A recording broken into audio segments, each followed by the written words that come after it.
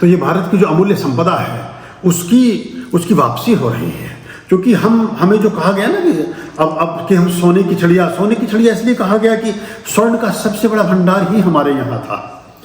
सोने की खदानें, सोने की चीज़ें, और जो आक्रांता आए वो भारत को लूटने के लिए ही भारत में प्रविष्ट हुए। वो कोई जो, और उससे सबसे पहले यात्री आए, फ्रेंच सांग आया, कई सारे यात्रियों का आपने उल्लेख अपने पाठ्यक्रम में सुना होगा, पढ़ा होगा। उसमें चीनी यात्री थे और यात्री थे। उन्होंने जो अपने संस्मरण जाकर के लोगों को बताने शुरू किए, उन्होंने कहा कि तुम समुद्र के किनारे मछलियां पकड़ करके खा रहे हो, एक बहुत पशु और निरीह जैसा जीवन जीते हो।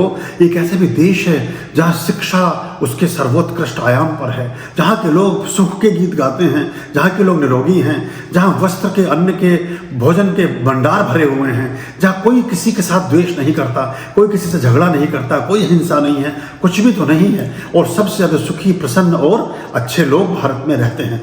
पूरी दुनिया उस वजह से आकर्षित होकर भारत की तरफ चली। उसका खैर खामियाजा ये हुआ कि हम चूंकि शास्त्र तक रहे, शस्त्र को धीरे धीरे हमने त्याग दिया। हम ऐसी कल्पना नहीं करते थे कि दुनिया में कोई आदमी छोटे क्षणभंगुर पदार्थों के लिए किसी की जान ले सकता है, तो इसलिए हमने शस्त्र को पीछे किया। लेकिन वो भी अगर साथ में होता तो आज भारत की कुछ और शक्ल होती। बहरहाल जी।